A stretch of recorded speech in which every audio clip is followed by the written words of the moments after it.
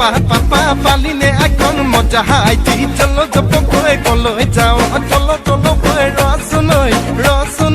পিতাই আছে ঘৰতে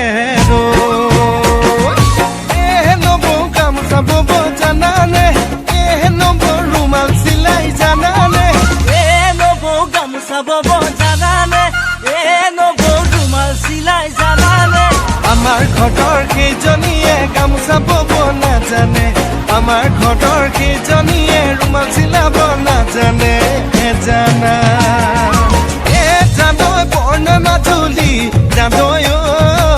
কৰা খাগৰি